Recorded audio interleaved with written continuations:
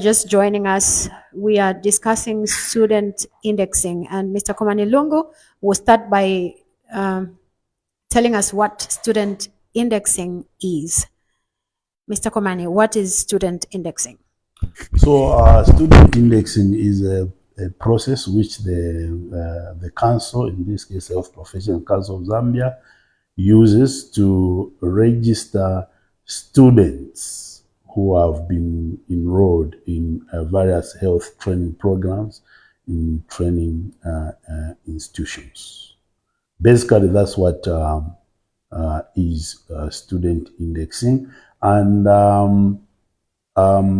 this process involves the registration of students, and students are given unique numbers which are called index numbers. And why is it important, this student indexing? Before we even get to the excuse me, to the criteria, why is it important for a student to be indexed by HPCZ? So it's very important for us as a council to index a student. One, it gives the council information on which students, how many students are enrolled in a particular institution for that particular program that was approved by the council. And it is also a way to ensure that students enrolled in health training programs meet the minimum requirements for the training in that particular program. It is also important for us to have statistics on how many students are enrolled in these training institutions for planning purposes.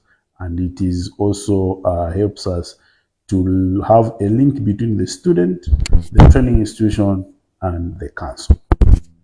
Great, thank you so much. So now that you've explained what student indexing is and why it is important, maybe for those that do not know who needs to be indexed, you could just try and explain that. Who is supposed to be indexed? So those who are supposed to be indexed include students who have enrolled in a training program for the first time, and those who are upgrading. They are already registered with the council and they are upgrading their qualifications, or they are going into other professions within the health sector. They need to be indexed by the council. And those students or trained from outside the country also need to be indexed by the council. Okay. When you say upgrading, those who are upgrading, you mean from a diploma to a bachelor's degree? Yes, upgrading may be if you are a clinical officer, for example, you are upgrading from a diploma to a bachelor's degree, or you are changing a program, or you are a clinical officer registered with the council. You want to go and probably be trained as a pharmacist.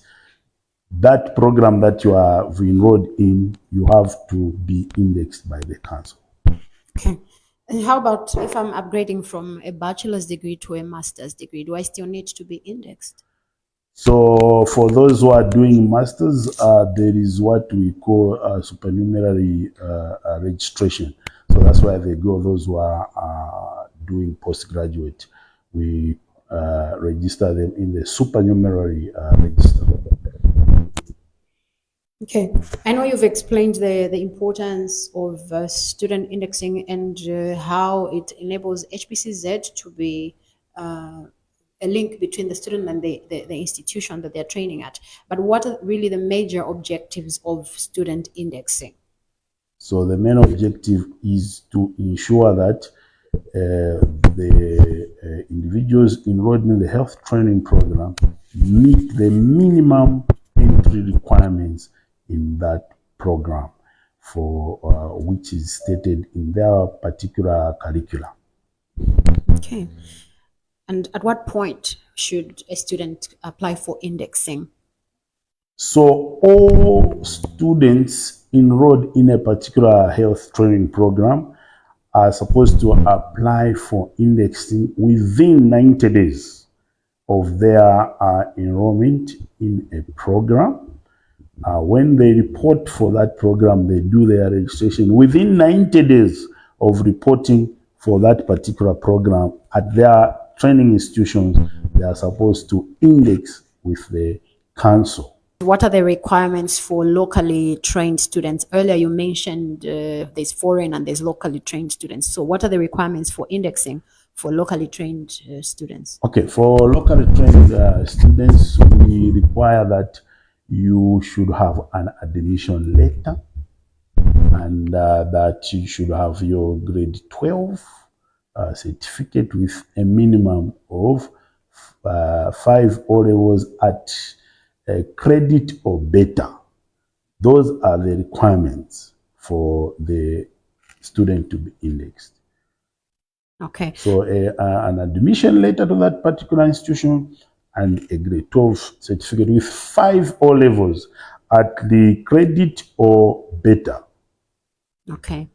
Okay, we'll go into details about the 5 O levels, because I think one question that has been coming is to do with the subjects that one is supposed to have. Okay. Okay, so maybe you can give us the requirements for indexing foreign trained So applicants. for the foreign trained, just to clarify, even those who are trained locally, we have those students who are in these international schools, or they wrote a Cambridge examination. So for those, they are supposed to have their certificates or transcripts equated to Zambian standard, that is the Examination Council of Zambia standard. So they have to take their transcripts or certificate to the Examination Council of Zambia for equating. And when they equate, because our system can only accept the Examination Council of Zambia grading system. So for foreign trained, they are also required to index. Their requirements include verifications from various training bodies. We have ECFMG, we have ZACWA, so they have to verify their qualifications before even they come here for indexing. So we need all their requirements, academic and professional, verified by ZACWA or ECFMG. ECFMG is Educational Commission for foreign medical graduates. So ECFMG is specifically for medical, foreign trained medical doctors. So they can verify with that or with our Zambia qualifications authority. So they need those requirements, and they have to do that before they come here for indexing, because those are the requirements. Okay, so when they come here, is the form different from what the locally trained ones fill in? Or do we use the same forms? The application forms for the application form. Yes. The application form, it is for the foreign trained, it is it's the same application form. The only different form is for the practitioner indexing. There's what we call practitioner indexing, which is for practitioners who are already registered with us and they're upgrading. When they come for indexing, we have a different form for that. And those who are coming from outside and they were working, let's say, in Zimbabwe, you are practicing there as a medical doctor, and you come here after doing the ZACWA verifications. When you come here with a good standing, you fill in a practitioner indexing form. Okay, great. Now let's get to the criteria that HPCZ uses to index students. And I ask this in terms of the subject combination. what subjects do we look at when we are indexing a student? Okay, so for locally trained, there's even for those who sat a foreign examination body exams, our combination of subjects include, I said 5, a minimum of 5 O levels. So it is English, being our official language as a country. So English at credit level or better. Then we have mathematics at credit level or better, and biology. For those who do not have biology, the only substitute for biology is agriculture science, or some other countries may call it life sciences. That is the substitute for those who have not done biology. So we accept agriculture science. Then we have science. So science, in our context, is a combination of physics and chemistry. That is science. So in the O-level examinations for Zambia, that is what constitutes science. Then those who are doing pures, we have chemistry and physics. So if you have those subjects and any other subject, maybe commerce, maybe art, it may be geometric drawing, woodwork, any other, but those are mandatory. The 5 are mandatory ones. And just to clarify, English has no substitute. So literature in English is not a substitute for English. So you should have the English language, yes, a credit or better in English language, and not literature in English. It's not a substitute for. Thank you so much. And now maybe you can just explain. I know you've explained when you were talking about the locally trained as well as the foreign trained. You explained the process where they should go first before they come to HPCZ. But when they come to HPCZ, they want to apply for indexing. What is the procedure For the foreign for trained. indexing for both locally and So foreign for all of them, we have an application form. They have to fill in an application form, fill in all their details, and this can also be done online. They'll still have to fill in the application form, then attach a grade 12 certificate and an admission letter. That's why we say you have to index within 90 days, because we know within 90 days you still have the admission letter. If it goes beyond that, you may lose the admission letter.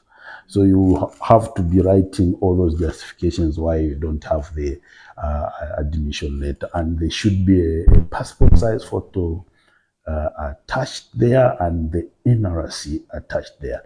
And it should be noted that all these documents must be certified by a commissioner of oath or a notary public.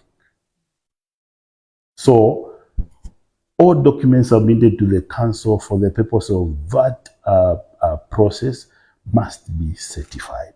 For the foreign trained, if you verify your documents with ZACWA, we need the verification certificate and not the receipt, because we have situations where people bring the receipt. Probably ZACWA has taken time to give them feedback on their verification status. We don't accept receipts because this is not a verification. It's just a proof of payment that you have done to ZACWA. So we cannot accept that one. We only accept verification certificate from ZACWA. Yes. Okay. One of the things that you mentioned are supposed to be attached to the application is a passport sized photo. Yes. Are there any specifics that you look at? Because we have people who just come with any passport photo, not caring about the background, not caring about what they are putting on. Do you have anything special? Should it be a formal dressing? Should it be what background should it be? Very, very, very good question. In fact, that causes delayment. We have standard for the passport photo. It should be informal dressing. Formal dressing with a white background. Formal dressed with a white background. But sometimes we receive photos with flowers, flower background, with some wedding arrangement in the background and all that. So we don't accept such photos. So those applications may be rejected, and it causes delayments. So it's very important that we follow the standard for the photo, which is supposed to be submitted to the council. And for especially the ladies, you find they put on something without sleeves. Okay. We don't accept those half naked. Okay, but I can still put my makeup on. You won't have a problem with that. We want you to be as natural as possible so that we can recognize you properly. Mr. Komani, are you saying you can't recognize me with my makeup? Because if you change your makeup, you're a different person. So being as natural as possible, you can put on makeup, but not that one which changes your appearance. Okay. So that one is for identification. Okay. So it's very important. Oh, great. Thank you so much, Mr. Komani, for that explanation. Now, when it comes to foreign health practitioners, can they be exempted from indexing when they come here? Remember earlier you said there was practitioner indexing. So for foreign trained, is there anything like that as well for them? For foreign trained? Foreign trained, yes. Remember when you were explaining who is... So for the foreign trained, we have, so indexing serves a different purposes. So for those who are not registered where they are coming from, so indexing is for the purposes of for them to sit for licensure examinations. So they have to be indexed before they sit for licensure examinations. For those who are already working where they are coming from, that's why for those it's practitioner indexing. So they go straight to practitioner index. There's nothing like exemption because indexing is the entry point for registration. So everyone has to be indexed for them to commence their registration of their qualifications. Okay. Okay. Now this is a common question, and I think I've already seen it in the comment section. How long does it take for the indexing to be processed? And I believe applications can be submitted either online or physically at any of our offices, isn't it? So now, how long does it take for someone's indexing to be processed? I applied today. How long do you take, whether online or physical application? So with all things being equal, processing of application at the council, whether it is indexing or registration, is within 30 days. So within 30 days, we should be able to resolve all the issues surrounding the application and be able to give feedback to the applicant. So it is within 30 days, depending on how the quality of the application that we have received, and sometimes it is even less than that. We are able to give feedback to the people. Okay. But what are some of the causes of delays at times? We have people saying they've applied and it's more than a month, they haven't received their indexing number. So what causes these delays? Is it on our part, or is it the students themselves? So very good question. Delays are caused by various factors, which may be technical. So for the technical, maybe it is involving the system. So those we as officers have no control over that one. we just report to the technical department to work on that one. But most of the delays that we have observed are from the quality of the documents which are being uploaded, especially for online. So for online application, what causes delayments there is the scans for documents that are being uploaded by the practitioners. So if they are scanning their documents, let's say grade 12, it should be clear, very clear, so that we are able to see their examination numbers, their names, their examination centers, because when we receive that application, we verify those attachments for the grade 12's transcripts or certificates.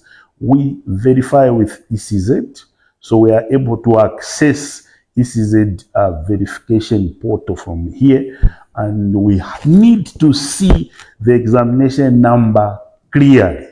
And if it is not captured clearly, it will delay because the officer will reject that application. The other causes are that there are people who did not clear the grade 12 outrightly on the first attempt, so they may have been rewriting. So they may have maybe 3-4 transcripts. And you find that when they are uploading, they just upload one transcript. So it will be an incomplete submission. So what they are supposed to do, if you have more than one transcript, you are supposed to scan that document as one document with pages 1, 2, 3, or 4, or 5, so that when you are uploading under grade 12 certificate, you upload the whole of the document with all those pieces of transcripts, so that we verify each of them. Then the documents are supposed to be certified by the Commissioner of Oath. So we have situations where a student just certify one document. So you have 3-4 transcripts, but you just certify one document, and these others are not certified. So those causes a rejection of the application. You need to edit your application and resubmit, so that those causes delayments. Then basically that's what causes delayments. The others may be technical, with maybe our system, which when we observe that, it is reported to the technical team, which are able to work on that. Okay. You talked about verifying grade 12 results through the HPCZ system, which you have access to. So what happens in situations where a student's grade 12 results are not the same as they are on the HPCZ system? For example, I forged my grade 12, okay. On the HPCZ is showing I got a 7, but the one that I submitted to you is showing that I got 5, for example, in a subject. What happens? So what happens if you give us a forged document? HPCZ have the authentic key, they have your authentic results. So when we key in your details in there and your grades that you have given to us, it will reject.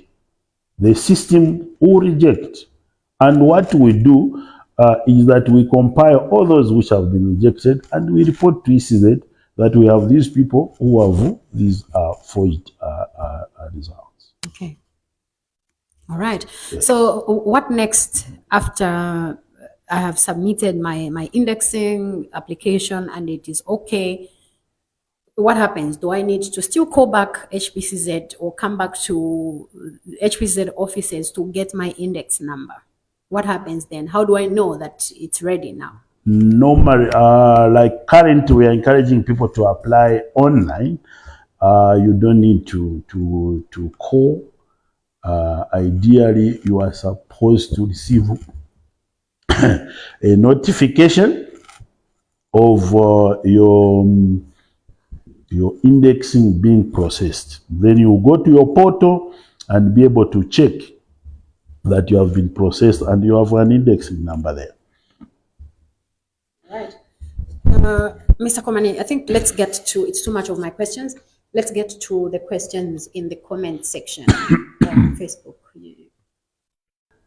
There's a question from Patricia Mabika. This one has already been answered, where she asked how long it takes to be indexed. But then she's also asking, are we supposed to renew the indexing number?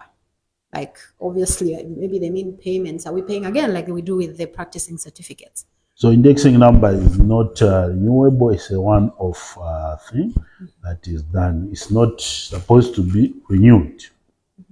The given once, when the student now graduates, as they come to register as practitioners, we use that same profile to upgrade them to practitioners.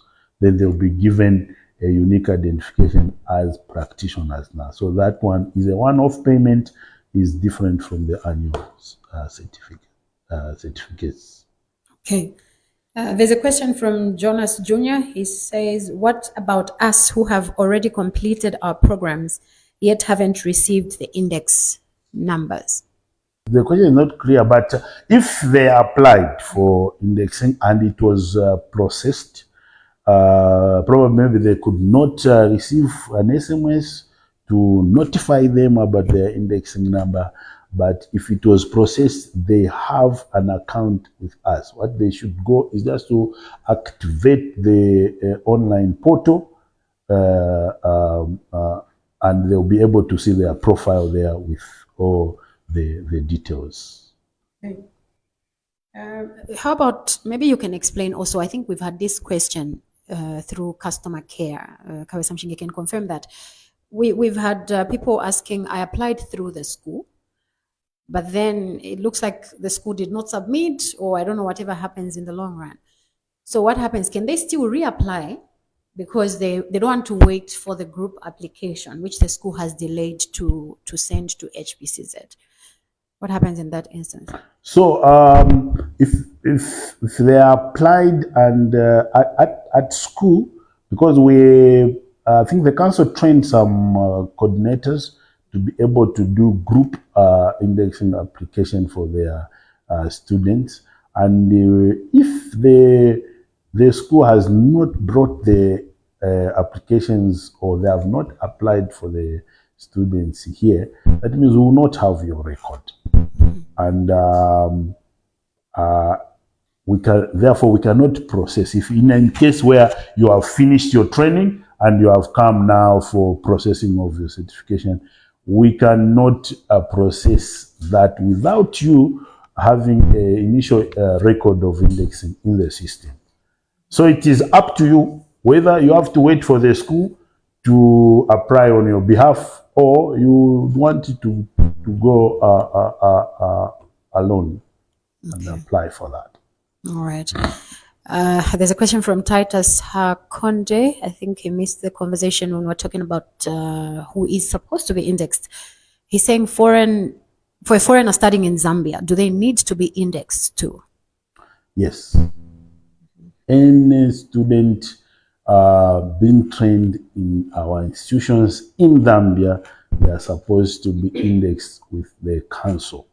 And that is after doing the verifications with DACWA and the equivalence of their qualifications with the Examination Council of Zambia.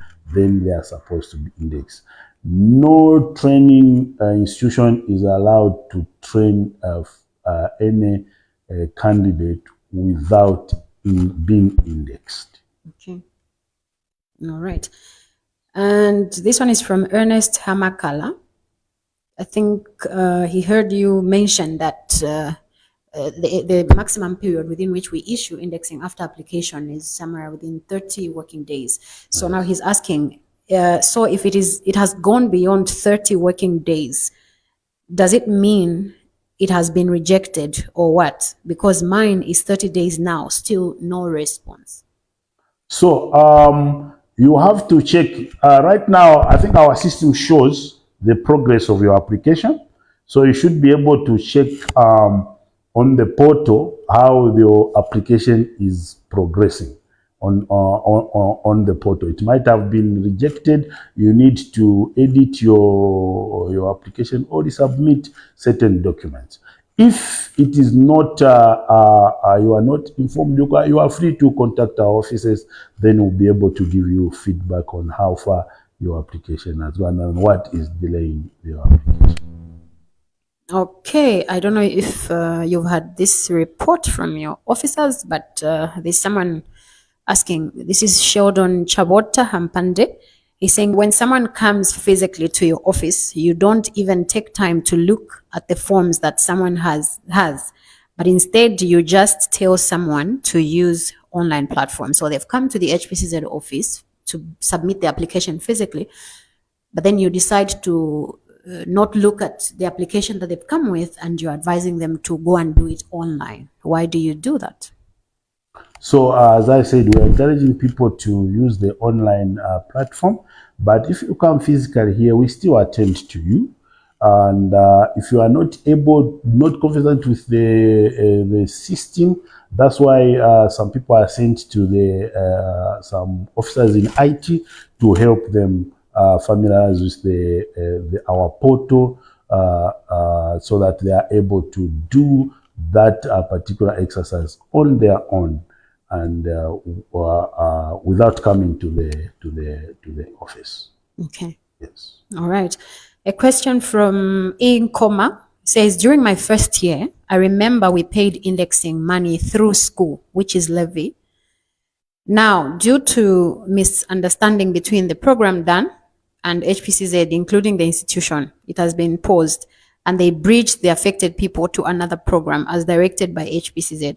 My question is, are they supposed to reapply, or they will use what was already paid for, since school and HPCZ agreed to bridge them? They bridged to another program.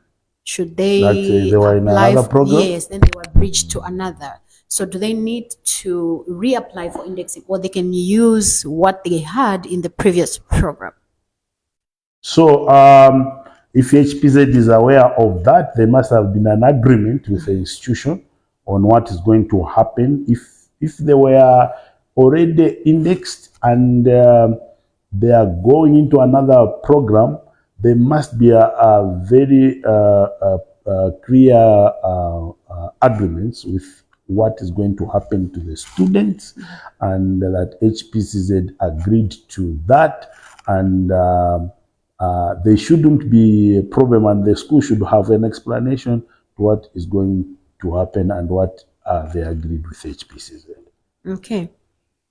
Then from Frank Caputo, he says, HPCZ, what of us who paid in first year through the school? I think maybe Mr. Komani, you should explain the process when students pay through the school and not HPCZ. I think this question keeps coming up. When the students pay through the school, what happens that the school have coordinators who receive those applications, and they are supposed to upload all those who have paid on the HPZ system as a bulk application for that particular school. Then HPZ will be able to process that, and the coordinator should have information as to whether the applications have been processed or not, and all the students will be able to access the portal and see their profiles created in the portal. Okay. So if they are having challenges or they have no information, the best persons to contact is the program coordinators in their training institutions who are able to give them updated information. And if they have new coordinators have been changed and the like, the new coordinators will be able to contact HPCZ and will be advised appropriately. All right, thank you. Let's take 2 or 3 more questions, then we conclude. There's a question from Chamanta Charles. He says, does certification of documents include acceptance letter from the institution of training? No, certification, it is for the academic documents or your professional documents, the NRC, and the passport size photo. Those are supposed to be certified. The letter may not really need to be certified, because the letter should have a headed, to be on a headed paper or form. Okay, there's another question from Tabeni Jere. I think you already talked about this, but maybe just for their benefit, they could have joined late. You can answer in a sentence or so. If I have an index number for a diploma program, example EHT, then I upgrade to public health bachelor's, do I need a new index, or I will be using the same one? They were EHT. So you are an EHT? Yes, then they are indexed moving or to, registered with the council. Yes. If he an EHT, let's assume, because he has not stated whether he already registered with the council. Yes, they already have. If I have an index number for diploma, for EHT, diploma, yes, they have EHT diploma. They have an index number, so they're upgrading to public health bachelor's. So the indexing number for a diploma. As I said, indexing numbers are for students. When they graduate, they come for registration. They are given registration numbers. So if he was registered as an EHT, he no longer uses that indexing number. He has a registration number now as an EHT. Then if he's going back to school to go and do a bachelor's in public health, he has to be indexed under that particular school where he is under that particular program. So he will be given another indexing number. But for him, he will go under practitioner indexing. Yes. Okay. We take the last one. We were made to pay twice from school and HPCZ. Let communication be made between the council and the school, so that this does not repeat. So the schools are aware that they are supposed to index all their students. So usually what happens, as I was explaining, is you pay through the school. Probably the school has not remitted the money to HPCZ, and you come here for indexing, and we can't find your record, or your school has not remitted any money to HPZ, and you really want to register. We cannot process you on the pretext that you paid to your school, because the school has not remitted monies to our accounts, so we cannot process those. So if you decide to pay on your own, then that's when we can process. We can only process on proof of payment for the index. Okay. All right. Thank you so much, Mr. Komani, for having this discussion with us. I think we've come to the end of our program today. You could just give us in a few seconds your concluding remarks with regards indexing. I know maybe you interface with the students at times when they come, or through your officers. So what are your concluding remarks on indexing? So for those who are enrolling in the program, ensure that the program that you have applied for and that particular institution is an approved program and recognized by the council, so that when you come here for indexing, we go into the system, we are able to find the program in the system, so that you do not go to an illegal program that we do not recognize. You will not be indexed. Okay. So ensure that you verify with the council, if possible, before you even apply for that particular program.